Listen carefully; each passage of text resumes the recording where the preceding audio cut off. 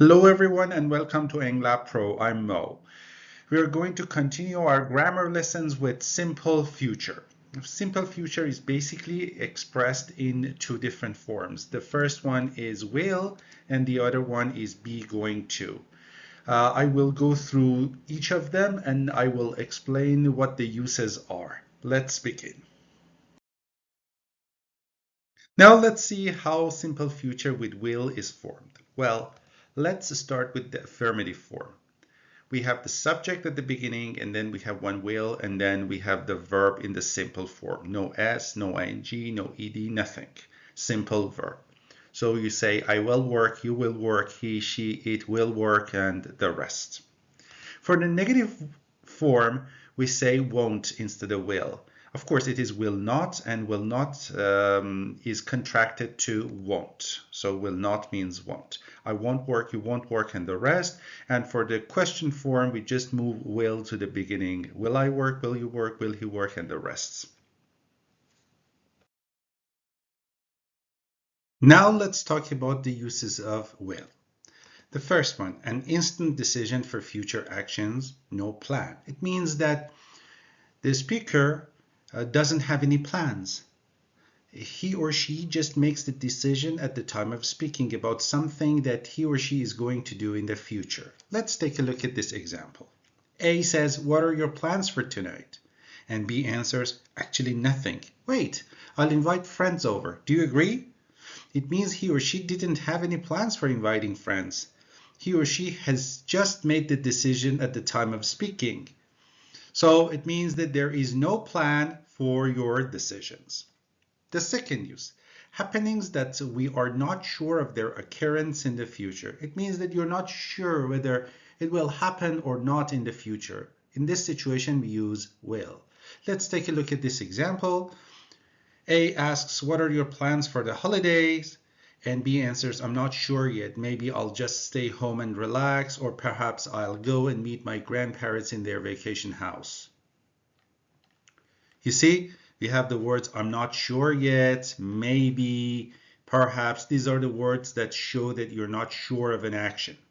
In these situations, we use will. The third use, a promise. When you want to make a promise, you use will. Take a look at this example. The teacher asks, why haven't you done your homework today? And the student answers, I'm terribly sorry, I promise I'll do it next session. It doesn't matter if the speaker, the student, uses the word I promise or not.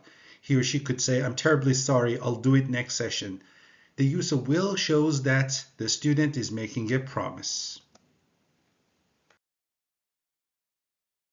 There are two more uses for will. Well, the fourth one is an offer. When you want to make an offer, you use will. Let's take a look at this example. I don't know how to solve this math problem. Don't worry, I'll help you do that.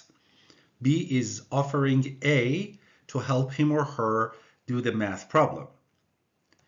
And the fourth one is predictions with no evidence. It means there is no reason why you're predicting something to happen in the future. Take a look at these two examples. I don't know why, but I feel it'll rain tomorrow. I don't know why means there is no reason. I have no proof for that. But I feel it will rain tomorrow. It's just a hunch. Hurry up, we'll be late. This person is pushing the other person, the partner, to hurry. Why? Because he feels they will be late, but he has no reason for that.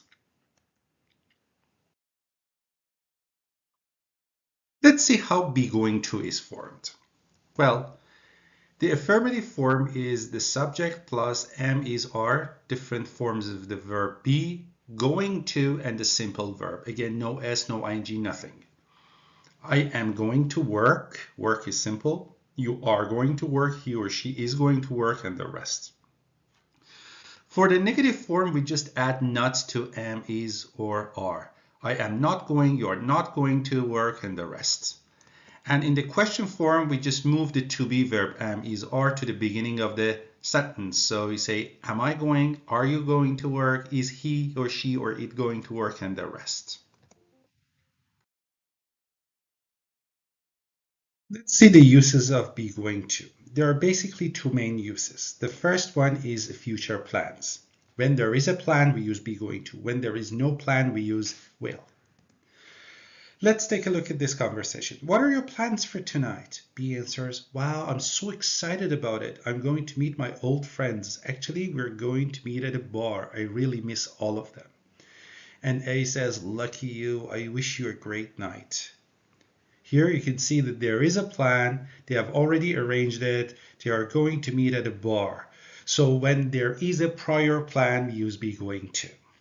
The second use of be going to is for predictions, but this time with evidence. When there is no evidence, when there is no reason for our prediction, we use will. But when there is a reason, when there is some evidence, we use be going to. Let's take a look at this conversation. A asks, how's the weather? B answers, it's okay now, but let me check the weather report. Oh no, it says it is going to rain the whole evening. Too bad to hear that. Then we should stay home. Maybe we can watch a movie together. Not a bad idea. So here, after checking the weather report, now there is the evidence. We say it is going to rain. So when there is evidence, when there is a reason for our prediction, we use be going to. But when there is no reason, we use will.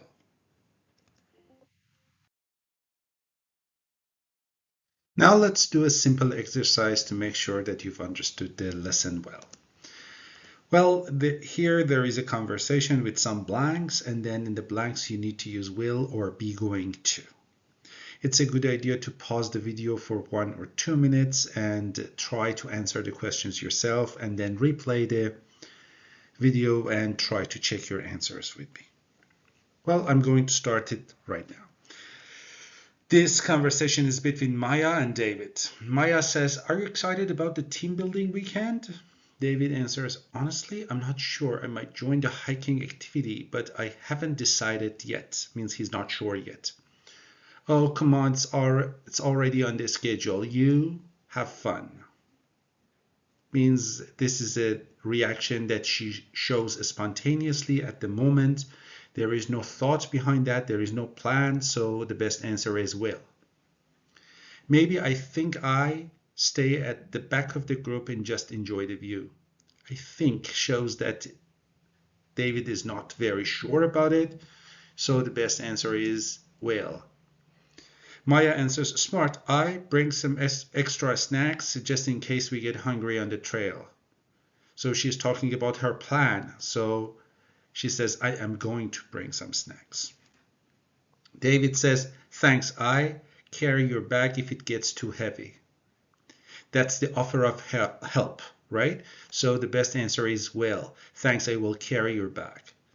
Maya again asks Neil, by the way, did you see the weather forecast? And David says, yes, it looks like it rain on Saturday morning. Not ideal for hiking. So we should use is going to. Why? Because he has already checked the weather forecast. So he has some evidence for the prediction. I hope that you've got all the questions correctly. I hope that you've learned how to use the simple future in the two forms of will and be going to quite well. In our next grammar lesson, we are going to cover nouns. I mean both countable and uncountable nouns and the words that usually go with them. Thank you for watching this video of EngLab Pro, and I hope to see you here again. Bye for now.